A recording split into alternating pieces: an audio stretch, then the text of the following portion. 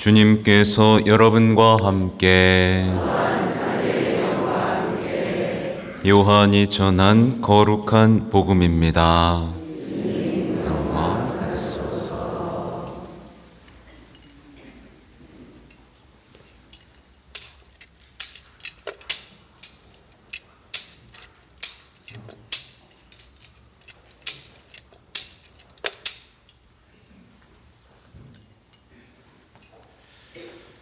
주간 첫날 이른 아침, 아직도 어두울 때에 마리아 막달레나가 무덤에 가서 보니 무덤을 막았던 돌이 치워져 있었다.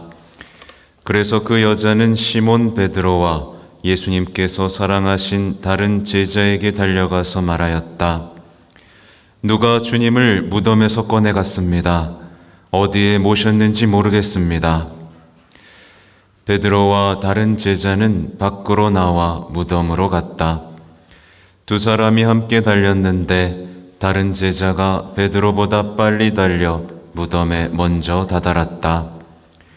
그는 몸을 굽혀 암화포가 놓여 있는 것을 보기는 하였지만 안으로 들어가지는 않았다. 시몬 베드로가 뒤돌아와서 무덤으로 들어가 암화포가 놓여 있는 것을 보았다. 예수님의 얼굴을 쌌던 수건은 암화포와 함께 놓여 있지 않고 따로 한 곳에 개켜져 있었다. 그제야 무덤에 먼저 다다른 다른 제자도 들어갔다. 그리고 보고 믿었다. 사실 그들은 예수님께서 죽은 이들 가운데에서 다시 살아나셔야 한다는 성경 말씀을 아직 깨닫지 못하고 있었던 것이다. 주님의 말씀입니다.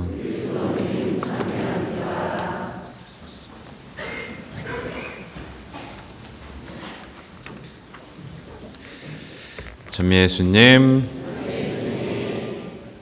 네.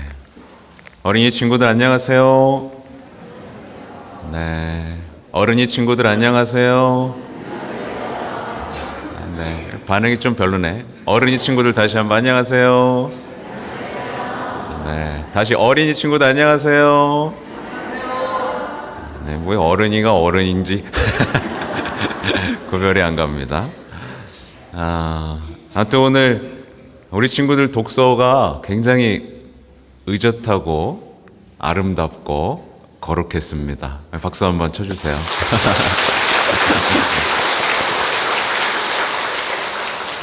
네. 하여튼 어제 파스카 성에 오신 분, 네, 많이들 왔습니다. 네, 내려보세요. 이 파스카 성에 강론을 하고 나면 다음날 강론을 또 써야 된다는 걸 어젯밤에야 깨달았습니다. 그래서 부랴부랴 또 준비를 했네요. 아무튼 오늘 복음의 그대로의 장면이 여기 펼쳐져 있다는 거 다시 한번 말씀을 드려요. 그러니까 저기 빈 무덤에서 이제 어떻게 보면 부활의 빛이 터져 나오고 있고 계란 모양이지만 앞에 암화포가 있고 얼굴을 썼던 수건은 어떻게 돼 있어요? 한 곳에 개켜져 있다. 이렇게 표현되어 있죠. 이것을 정말로 빈 무덤으로 우리가 받아들인다면 우리의 삶은 어떻게 되는 거죠? 완벽하게 전환점을 맞이할 수 있습니다. 오늘 복음에서 사실 제일 중요한 부분이라고 생각할 수 있는 것은 뭐냐면 성경 말씀대로 다시 살아났다라는 거예요. 그래서 보면 예수님께서는요, 말씀하신 대로 되살아났습니다. 그죠? 네, 말씀은 반드시 이루어진다는 것을 당신의 고통, 죽음, 순환, 그리고 부활로 다 증명해 주셨어요. 그러니까 성경 말씀대로 죽은 이들 가운데 부활하셨고요. 다 이루셨고요. 완전히 승리하셨고요. 죽음마저도 이기시고 부활했습니다. 그죠? 그러니까 이게 우리에게 축하할 일이죠? 근데 잘 안 와닿죠? 와닿나 봅니다. 어제 한 강론이 성공했나 봅니다. 만약에 예수님이 부활하지 않으셨다면 우리는 성금요일의 슬픔에 머물 수밖에 없습니다. 그렇죠? 예. 그냥 맨날 그냥 슬픔 속에 젖어 사는 거예요. 아무런 희망이 없습니다. 고통 중에도 힘듦 중에도 아무런 희망 없이 다 성금요일인 거예요. 인생이요. 근데 부활하셨기 때문에 우리는 성금요일에 남아있을 필요가 없죠. 또 예수님께서 다 이루셨죠? 다 이루셨기 때문에 만약에 그걸 이루지 않으셨다면 우리는 어떻게 살아야 되죠? 죄 속에서 희망 없이 위선자로 살았어야만 했을 겁니다. 그렇게 예수님이 되살아나지 않으셨다면 우리는 고통과 죄 중에서 아주 힘든 인생의 나날들을 보내고 있었겠죠. 그래서 그리스도인들은 다시 한번 말씀드리지만 더 이상 성금요일에 남아있을 필요가 없다. 또 그리스도인들은 더 이상 무덤과 같은 어둠 속에 남아있을 필요가 없다. 또 그리스도인들은 더 이상 두려움 때문에 사랑을 포기할 필요가 없다. 맞죠? 네, 사랑을 포기할 필요가 없어요. 끝까지 사랑하셨고 배신당했지만 결국 다시 살아나셨죠. 네, 그리스도인들은 사랑을 포기할 필요가 없습니다. 또 그리스도인들은 과거에 사로잡힐 필요가 없습니다. 그렇죠?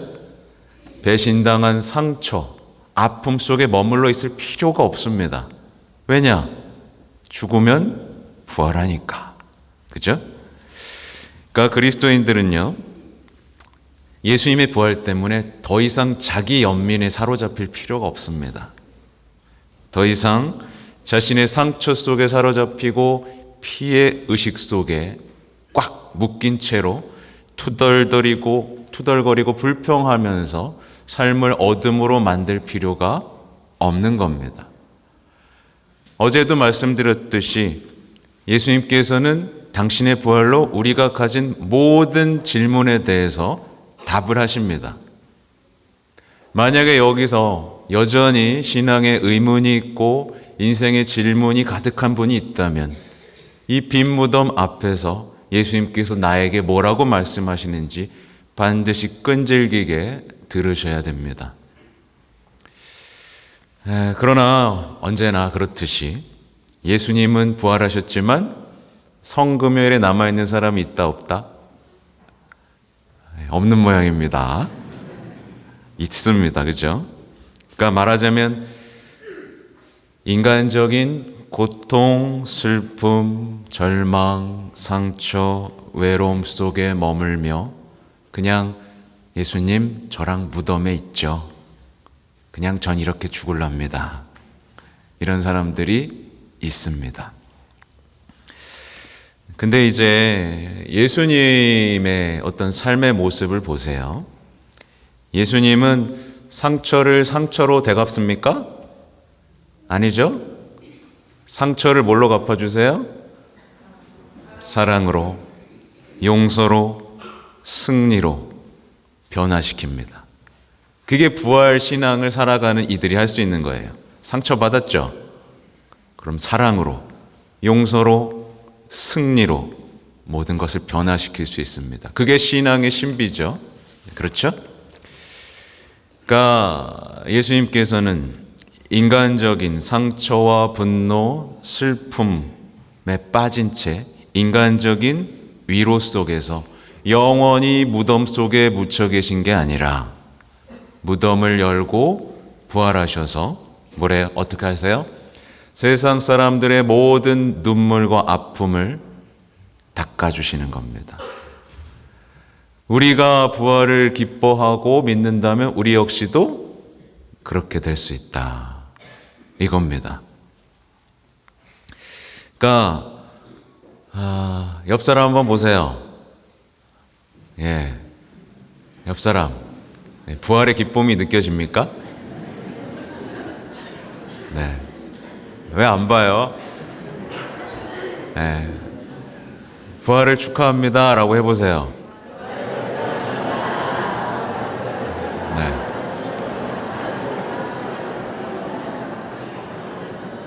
그리고 다시 한번 얼굴을 보십시오. 자, 이제 무덤을 열고 나오세요 라고 하세요. 왜 안 해요? 네, 이제 무덤을 열고 나오세요 라고 말씀을 하셔야 돼요. 이제 정말 주님이 사랑할 수 있는 존재로 변화되십시오 라고 하셔야 됩니다.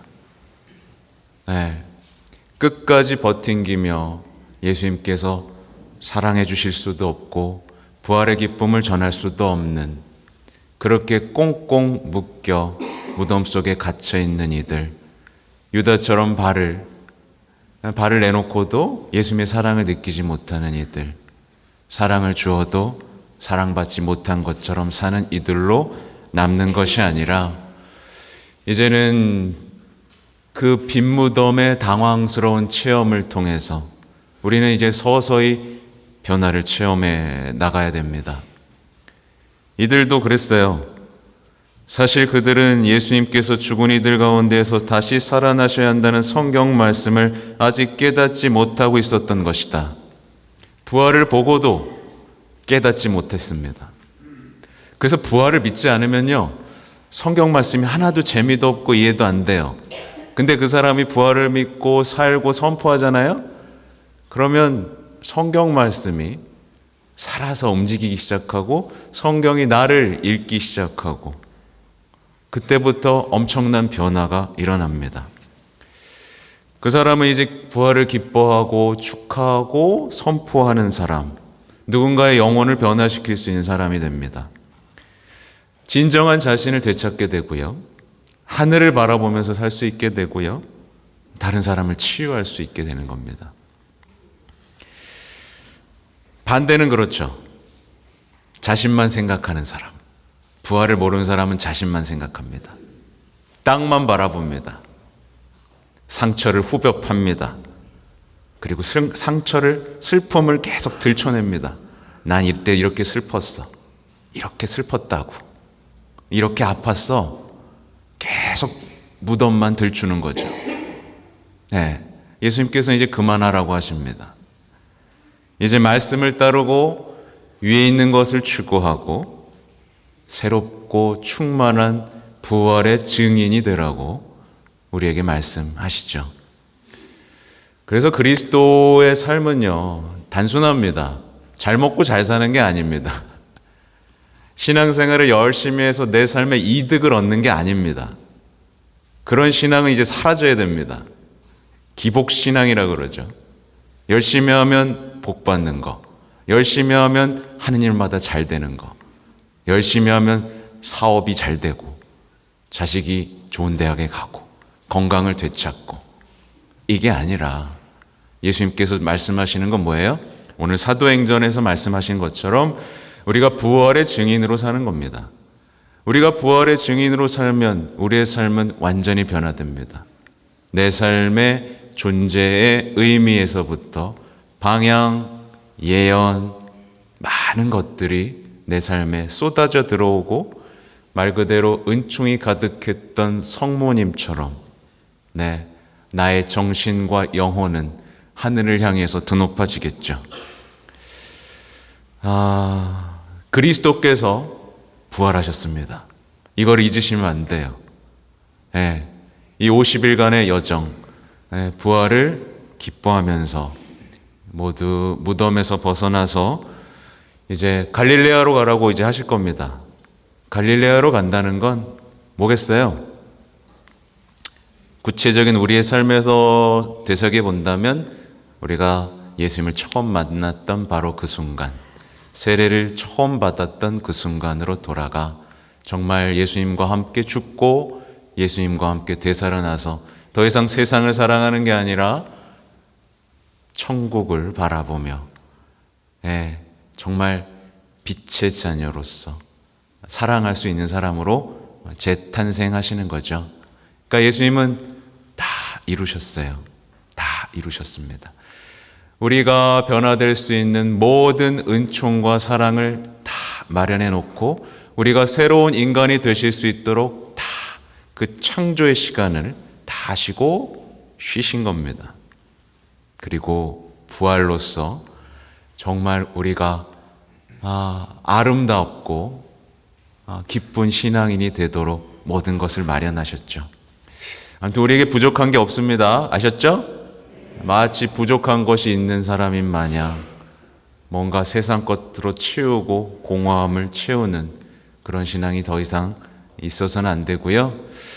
아무튼 오늘부터라도 부활의 증인이 되도록 노력해 보세요. 네. 난 아직 좀 부족한데 이러는 순간 실패하는 겁니다. 여러분은 세례를 받는 바로 그 순간부터 부활을 선포할 수 있는 자격, 능력, 모든 것을 받았다는 것. 네. 아무튼 기억하시면서 다시 한번 부활을 축하합니다. 할렐루야, 할렐루야.